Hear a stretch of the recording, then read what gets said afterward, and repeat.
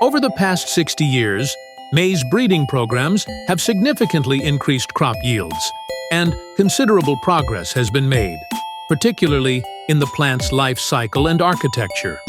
However, can this type of crop face global changes? How can we develop varieties that meet the needs of the industry while respecting the environment? It was following the 1930 International Maize Congress, and in response to demands from farmers, public politicians, and scientists, that the Maize Experimental Unit in St. Martin-de-Hinks was established as a station dedicated to maize genetics.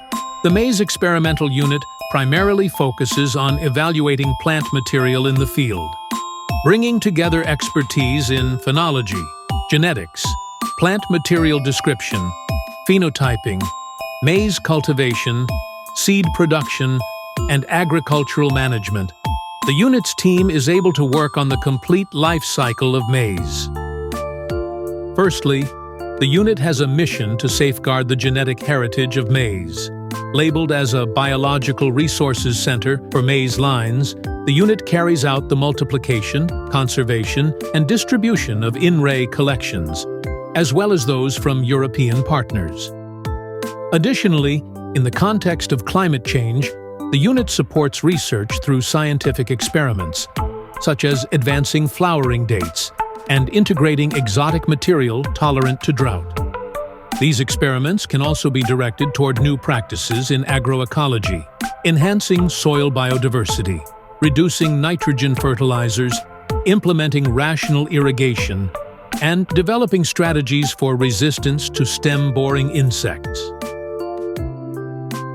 The unit is the only site in France responsible for the expertise and varietal control of maize parent lines for the seed industry, including the certification of seed material, whether for late-season material studies by the French Variety and Seed Study and Control Group, or for all parent lines used in France, controls by the Interprofessional Association for Seeds and Seedlings.